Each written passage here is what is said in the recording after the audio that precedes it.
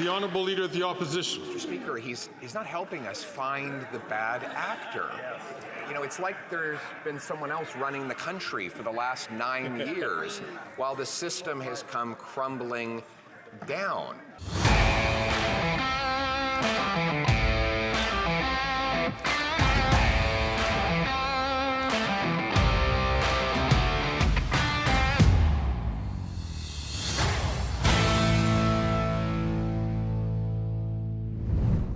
There was a lot that went on in question period today, so we're just going to get right to it.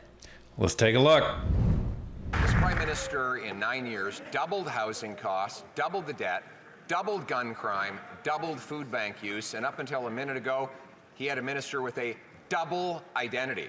The Prime Minister knew that the minister was directing his business illegally from inside cabinet. He knew the minister had claimed there was another Randy when there was no other Randy. He knew that the minister had falsely claimed to be Indigenous in order to take money away from real Indigenous people, and yet he stood by him up until yesterday. Why is it that he always stands up for corruption on his own side? So, ladies and gentlemen, this is like literally breaking news. We are watching Question Period live as it happens in Ottawa and breaking for our commentary. And we just learned that Randy Boissonnault is no longer a minister in Justin Trudeau's cabinet. So as of 2:17 p.m., CTV reads, Prime Minister Justin Trudeau has announced embattled Minister Randy Boissonnault is out of cabinet. In a statement issued just before question period, Trudeau's office said the Prime Minister and Boissonnault, quote, have agreed that Mr. Boissonnault will step away from cabinet effective immediately. Mr. Boissonnault will focus on clearing the allegations made against him, end quote. Sounds like a mutual cessation of employment at the cabinet. Sounds like it. I've heard that before. Anyway, this is fresh, folks, like absolutely fresh. So yeah, obviously Trudeau came home as we expected. I wonder what he's going to do when he comes back from the G20. And this is code for Randy, you're fired from cabinet. After all of this crap, after all the Liberals have said the Conservatives are barking up the wrong tree and they're just trying to manufacture a scandal. Yeah, no. This is huge, folks. This is absolutely huge. So this is going to be very, very interesting. And interesting they did this just before question period, so that the narrative would completely change and the Conservatives would hopefully be caught off guard in terms of their questions for Justin Trudeau. I don't think they are. And another reason I think it was done during question period is because this is the most popular time of the day for Canadians to tune into what's happening in Parliament. So Canadians will hear that Justin Trudeau has kicked Randy Boissonnault out of cabinet. Or at least that's what we presume. It's possible that he resigned, but I mean, that's up for interpretation. Anyways, it's so that Canadians would know that the Liberals are taking the right step in having him removed from cabinet, and that he is no longer a minister and that he can sort his own stuff out. It's to publicize it to Canadians is the whole purpose. Yeah. So let's see how this unfolds. Speaker, the member for Edmonton Centre has stepped down from cabinet to focus on clearing these allegations. Mr. Speaker, the Leader of the Opposition talks about the importance of speaking up.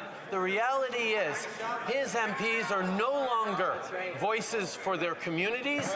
They are his voice in their communities. That's not how this place is supposed to work, Mr. Speaker. We are focused on making sure that we're investing in Canadians, supporting them with the kinds of supports for housing, supports for dental, supports for childcare that Canadians need, while all he offers is cuts and austerity. That's right.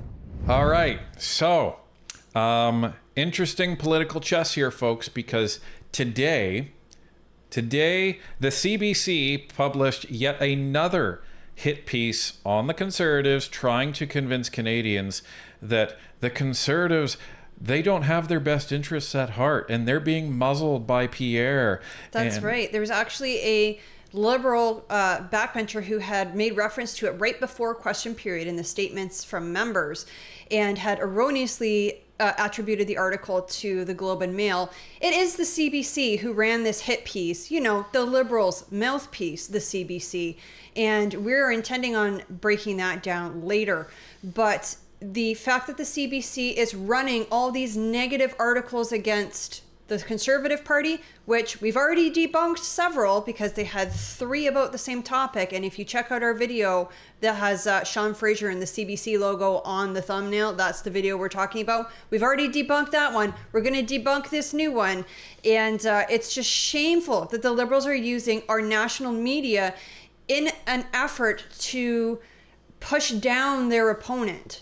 Yeah, they're essentially using it as their party mouthpiece, and it is becoming more and more blatant by the day. It's shameful, and I don't want my taxpayer dollars being used in that manner. Right. If you're going to be a government-funded media mouthpiece, which I don't think should exist in the first place, number one, but if you're going to be government-funded, you need to make sure that you are non-partisan, and running hit pieces for the Liberals is not non-partisan. Now, here's the chess move, because Justin Trudeau came back, obviously saw the firestorm that was just exploding across the different media landscapes. The NDP, for goodness sake, was calling for Randy Boissonnault to step down. So now Trudeau had to try to change the page in the news cycle. So what does he do? He orders the CBC, and this is speculation, by the way, he orders the CBC to then double down on this news story that they're trying to create. They're trying to control the news cycle about these Conservative MPs, while he sweeps the Randy scandal under the rug so he can say, well, I fired him, we're moving on, we don't need to talk about it anymore. Let's go back to talking about these Conservative MPs. Well, and here's the question that we need to ask ourselves. Why is it only the CBC running these articles? Well, because they have the most to gain. If the Conservatives get into power, they have stated that they will defund the CBC. So the CBC has $1.3 billion of reasons in order to keep pushing these narratives for the Liberals. The Honourable Leader of the Opposition. Muzzling caucus members. This is the guy who fired the first Indigenous Attorney General because she refused to defend his corruption. She said, and I quote, "A Prime Minister committed to true reconciliation would have removed Randy and the other Randy from cabinet long ago. Instead, we have to get to watch white people play ancestry wheel of fortune so shameful and extremely destructive." Why is it that he fired a real Indigenous minister for telling the truth while trying to keep in place a fake Indigenous minister who told falsehoods? The Right Honourable Prime Minister. Interesting. Green Book strikes again. Fake was not okay yesterday, but apparently it's okay today. Well, and that is because in the Green Book, it does say that one word that is unparliamentary today may not be unparliamentary tomorrow. Typically, it depends on how upset the House gets and how disrupted it becomes.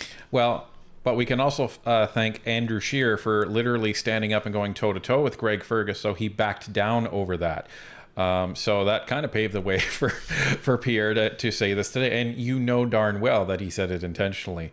Unfortunate that 3 other Conservatives were removed from the House, removed yesterday. Yeah, but I mean, let's be real. What's going on in the House right now? Nothing. They can't filibuster. They were removed from having to listen to the filibuster. Mr. Speaker, telling the truth would be MPs continuing to stand up to advocate for their communities. But the Leader of the Opposition has asked them not to be their communities' voices here in Ottawa, but instead be his voice in their communities. This is supposedly the party of freedom and freedom of speech, but he's muzzling his MPs. He's not letting them talk to the media. He's not letting them talk to committees. The reality is he's afraid of what they might say about him, because there is no call to be muzzling MPs this way. This is absolute trash, and let me tell you why. If the MPs were not permitted to talk to media, they wouldn't be coming on Northern Perspective. Right. Here's the other thing. Why would MPs even want to talk to the Canadian media when it's been demonstrated by the CBC and the CTV that they're just willing to manufacture and doctor whatever they want in order to make them portrayed in a poor light? So Why would you? That's the question. Now, one thing that we need to discuss about Canadian politics is party discipline. And what party discipline is we often think of it as how they vote in the House, that the whole party has to vote the way the leader instructs them to vote. And that is one example of party discipline for sure. But also when the politicians are out in the public, when they're interacting with individuals and with the media, they have to make sure that their message is the party's message and not their own personal message, because they're representing the party. They're not representing their own personal beliefs. For example, and this is just a totally made up example. This is not something that is occurring. I'm just using this as an example. If you have a Conservative MP who actually does believe that the carbon tax is good for Canadians, the party's platform is that, no, it's bad for Canadians and we're going to get rid of it. So in public and to the media, this person has to say that, yes, as a party, we're going to be removing the carbon tax because it's going to be better for Canadians if we do, et cetera, regardless of what they may believe personally. That's their job as an elected official. They're elected as a member of the Conservative Party. They're expected to stand up for the beliefs and the policy of the Conservative Party and put their own beliefs aside. Well, and if people don't want to get behind the platform that a particular party is putting forward, then they always have the option of running as an independent. Right. So, but for someone to say, well, I want to run as the Conservatives, but I don't agree with anything that they say, but they're the flavor of the month and I'll get elected, so I'll just do that. You can't have it both ways. That's the price of actually committing to a party platform. So it is what it is. Now, that doesn't mean behind the scenes that conversations don't happen and you can talk to the party leader and voice your thoughts about that. All of that is fair game. And from what we've been told, all of that is encouraged in the Conservative Party. But here's the thing. This all comes back to the disinformation. And that's what this is. This is not misinformation. It's deliberate. It's deliberately deceiving Canadians. And that's why they're saying this in the House, that the Conservatives, they've had MPs after October 28th, when Pierre made his decree that he's going to be cutting the housing accelerator, they're saying that after that date, all these Conservative MPs went behind Pierre's back and wrote all these letters. And after that, they were slapped and they were disciplined for going behind the leader's back. No, that's not what happened. Check it out in our video if you need to see the complete details. Yeah, and we'll put a link to that in the description because it is an important video and it is an important example of how the Liberals are using the CBC to spread disinformation to Canadians to try to smear their political opponent. So basically what's going on here is you can smell the desperation in the Liberal Party because they have thrown all of the actual actions that have any integrity whatsoever in terms of combating other parties. They've thrown all of that in the trash and they are now getting down and dirty and outright lying. Right, and it makes me wonder if an election is very, very close because the Liberals have now five seats empty in cabinet and nothing's getting through the House and they don't want to hand over those documents to the RCMP, so I really do wonder if they're going to be calling a snap election very, very soon. The Honourable Leader of the Opposition. Mr. Speaker, this from a Prime Minister who has 20 caucus members that have signed a letter that they're ready to fire him. Why wouldn't they? This is the guy who's doubled housing costs, doubled gun crime, doubled food bank use, doubled the national debt, kept in place a minister with a double identity. Even his own caucus members know he's not worth the cost, crime, or corruption. So if he's not afraid of anything, why doesn't he call a carbon tax election like Canadian?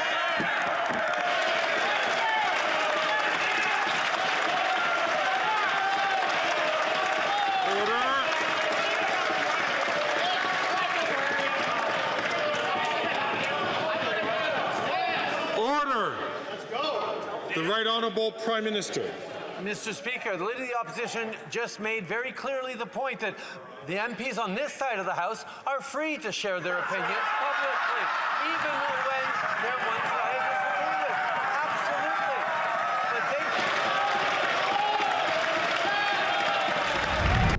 But That's not the flex you think it is, Trudeau, because you had 24 MPs come to you and say, you need to resign because you are not only ruining this country, but ruining this party. And in less than 24 hours, you came back and said, that's nice. Thanks for letting me know. I'm not going to change. Well, and don't forget that these MPs told the Canadian media agencies that they were explicitly told, do not discuss this with the media. So what are you trying to say here?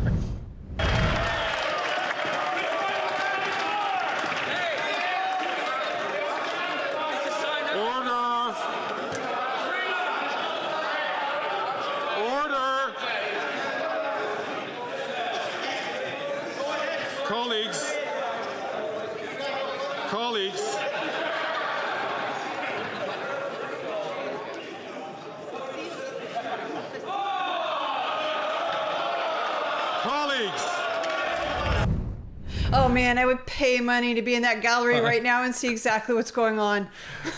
Well, what's going on is no one gives a crap about Greg Fergus. Like that's what's going on. Yeah, but I mean, I would just love to see, maybe they're standing up and shouting at each other. Maybe they're pointing fingers. Maybe, I don't know. Well, and look, like this is what happens when nobody respects the speaker. Like, just period. Nobody respects Greg Fergus at all. And why would they? Right? Especially after what he did yesterday. Like, give me a break. Colleagues, the more time that we spend here in the chair interrupting the process so that we get order in the House, the fewer questions we will be able to have and fewer answers we'll be able to have in question period. So please control yourselves today. The Right Honourable Prime Minister from the top. Mr. Speaker, in the minds of Conservatives, we just saw a big gotcha moment where I admitted that Liberal MPs are free to speak their minds and voice their opinions even when we have disagreements. That was astonishing to the members of the Conservative Party because they're not allowed to do that. They are not allowed to speak to the media. They are not allowed to speak their minds. They are not allowed to be voices for their communities. They are not allowed to stand up for investments in their cities on housing. That is the real scandal in this place, Mr. Speaker.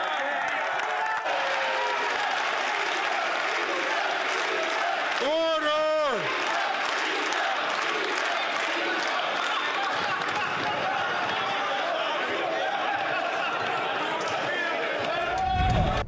Oh, Gregory.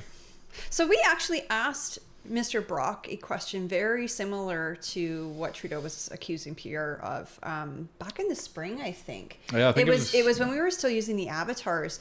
And the question essentially was, what would you do if your leader was, doing something destructive to the country or something along those lines? We'll see if we can dig it up for you guys and post it again as a short. But essentially, Brock had said that he can go to Pierre and express his concerns freely. So I don't know what Trudeau is on about.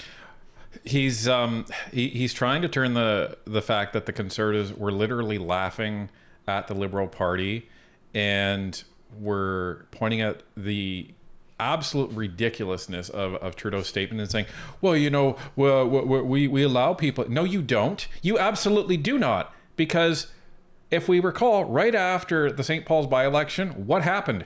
You had almost a quarter of your party demanding that they have a caucus meeting. And guess what didn't happen? A caucus meeting. And do you recall this summer when all of the premiers wanted a meeting with Trudeau because they hadn't had one for like 5 years? And guess what didn't happen? Right. And then you had people like Cam McDonald and the Atlantic MP standing up and calling out Trudeau, and then the next day, all of a sudden, all was quiet. So, don't even. The Conservatives don't have probably more than 20 MPs calling for the resignation of Pierre Poilievre. Why would they? 41% in the polls. What about you? You're expected to have your party utterly annihilated in the next election. Right. So, in short, the Liberals have about 1/6 of their caucus calling for Trudeau's resignation, and Pierre Poilievre has 0 MPs calling for his. Yeah, yet the Conservative MPs are all bitter and surly and rebellious because of what Pierre is doing. Don't believe the media lies. The honourable member from Burnaby South. You know, families are telling me, they're telling me that their cell phone bills and their internet bills are so high that they have to cut back on monthly costs, like their swimming lessons for their kids. The Liberals are hurting Canadians by taxing essentials. And King Cut, the Conservatives, are going to make things even worse. They want to cut the benefit for children, the child benefits, that can lose families $600 a month. Now, will the Liberals stop taxing essentials like cell phone and internet bills right now? The Right Honourable Prime Minister. If the NDP wants to join us in making life more affordable for Canadians, all they have to do is put an end to the obstruction of the work of Parliament that the Conservatives are leading on. Parliament is supposed to do the work of Canadians in making their lives better, but with the Conservative Party's obstruction, there are bills being slowed down, there are measures around dental care, around Indigenous services, school foods. These are things that we need to unblock in this House, and if the NDP will help us stop the obstructionism by the Conservatives, we can deliver for Canadians.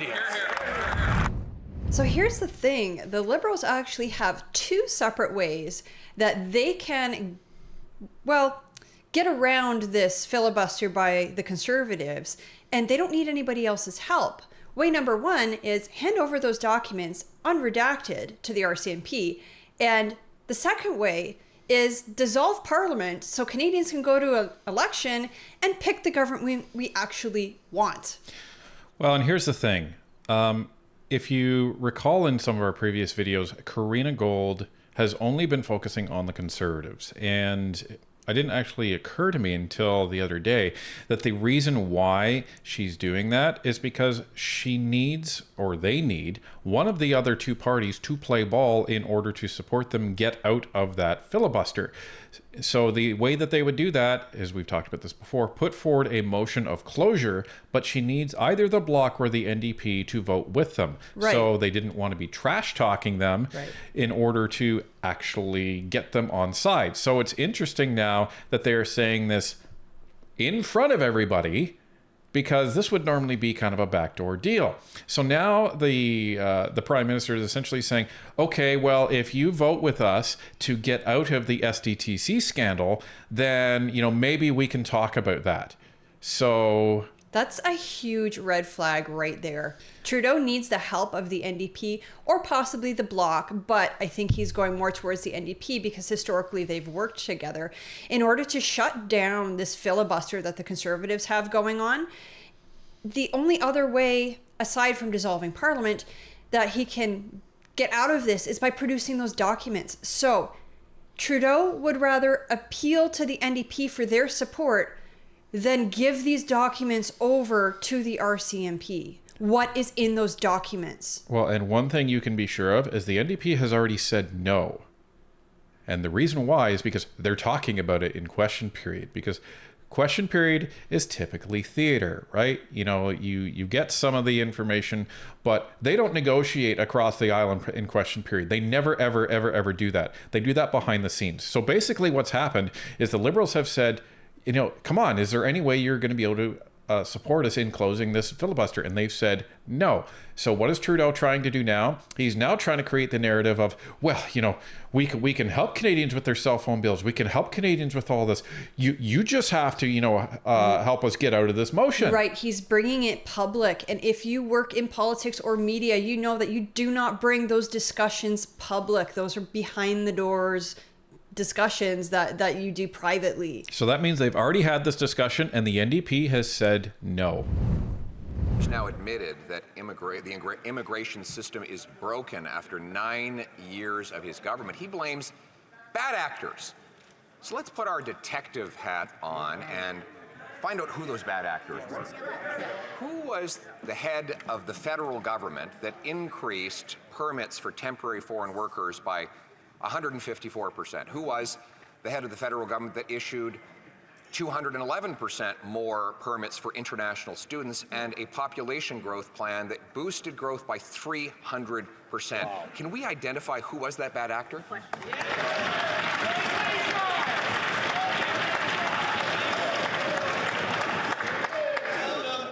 The Right Honourable Prime Minister. Mr. Speaker, following a pandemic that had devastated our economy in a short-term way, Canadians needed and businesses needed extra support, so asked for more temporary foreign workers, asked for more international students, and we gave them. Our economy grew, our economy got back faster than the United States, got back faster than many other countries of the world.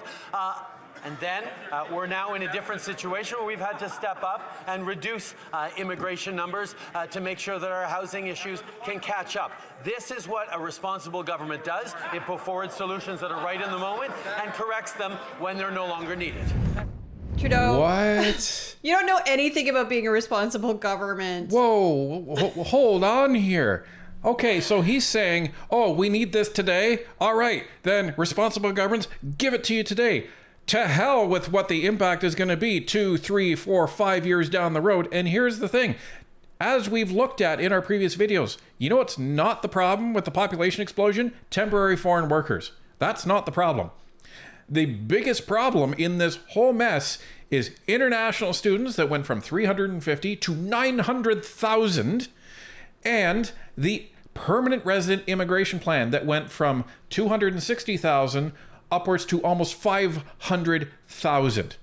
That's the problem. No one was begging you for international students, aside from the universities, so they can cash in on much more expensive tuition. Yep. Nobody was begging you for more permanent residents, that all that was going to do is cause problems with the housing, medical, and education systems. Nobody was begging you for that. But you're standing up saying, well, you know what? We needed it, for that couple of months. So we're by the way, for an issue they created. Yeah. So as a solution that they created, so we needed that right then and there, and that a responsible government that does that. And then when they realize they completely broke the entire country, a responsible government will then say, oh, well, because of everybody else, the system's broken, and now we're going to fix it. Bad actors. Get it right. Jeez. The Honourable Leader of the Opposition. I don't think we found the bad actor yet. Because he blames it on labor market needs, but the biggest growth happened in non-labor market immigration. For example, he boosted permits for international students by 211%, and refugees by 726%. That has nothing to do with filling job vacancies. And when it comes to temporary foreign workers, he allowed more to go to places with already high unemployment. So once again, who was the bad actor that made these terrible decisions? The Right Honourable Prime Minister. Mr. Speaker, these little performances that the Leader of the Opposition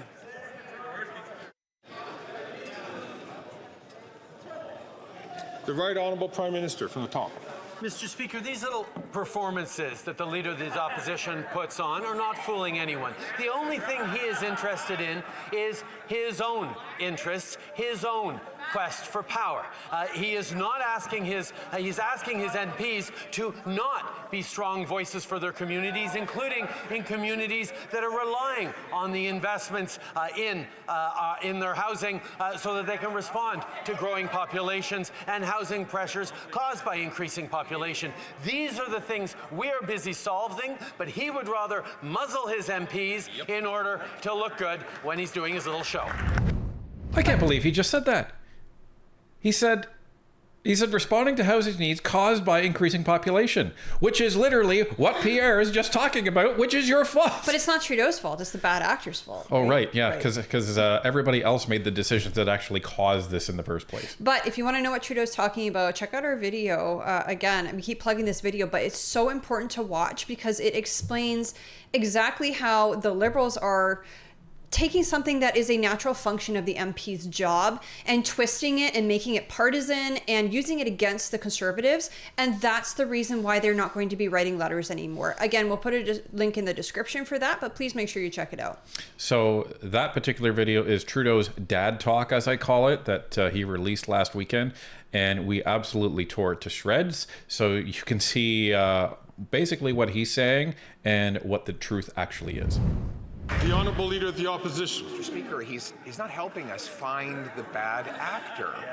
You know, it's like there's been someone else running the country for the last 9 years while the system has come crumbling down. He claims that he cares about housing, but on that subject, maybe we'll ask him this question.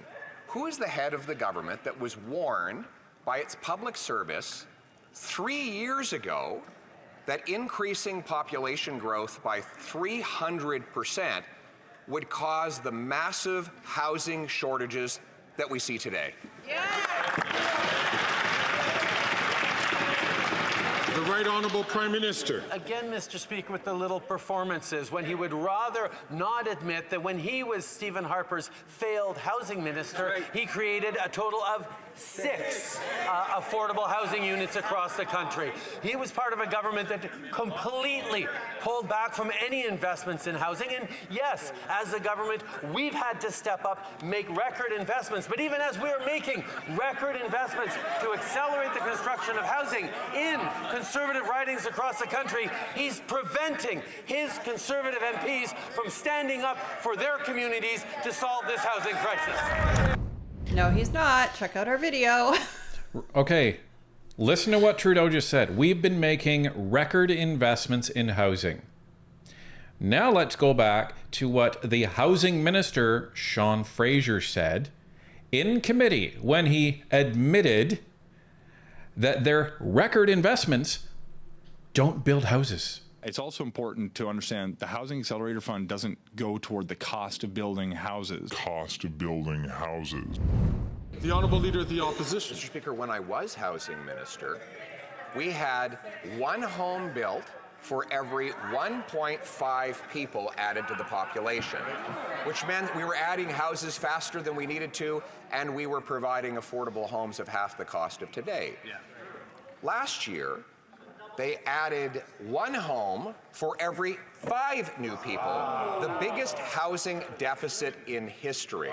So once again, who was the bad actor running the government that was warned by its officials that all of this out-of-control population increase would cause a housing shortage? We all know the answer to that, so we're not going to bother having Trudeau speak. But yeah, ladies and gentlemen, this is how the narrative is going to now be played out, probably until the election. Well, Pierre's coming armed with facts, at least. He's got numbers on his side. What does Trudeau have? Well, I feel like you only built 6 houses. Well, and that's the thing, which is, it's obviously not correct. And housing cost half as much, rents were half as much. You didn't have all these tent cities all over the place, and you don't have unemployment, skyrocketing because all of the new people that are being brought in. Yet they need all these people for jobs. Why aren't they being filled? That's the magical question. And you have students living in streets, students being sold into slavery. Students abusing our food bank system. It is absolutely insane what this prime minister has done, and he's trying to blame it on everybody else as per usual. But huge news today, folks. So Randy is out of cabinet. He sure is. And that's an attempt by the Liberals to try and now distance themselves from that scandal, but that's not going to be going too well. And they've tried to pivot and double and triple down on this narrative that Pierre isn't letting his MPs speak, and they're going behind his back and all of this garbage. So that seems to be what Trudeau is going to be running into the next election on, because we sure as heck know it is not going to October. The NDP aren't helping them close the debate on the question of privilege, which means Parliament remains seized. So, ladies and gentlemen, it's only a matter of time.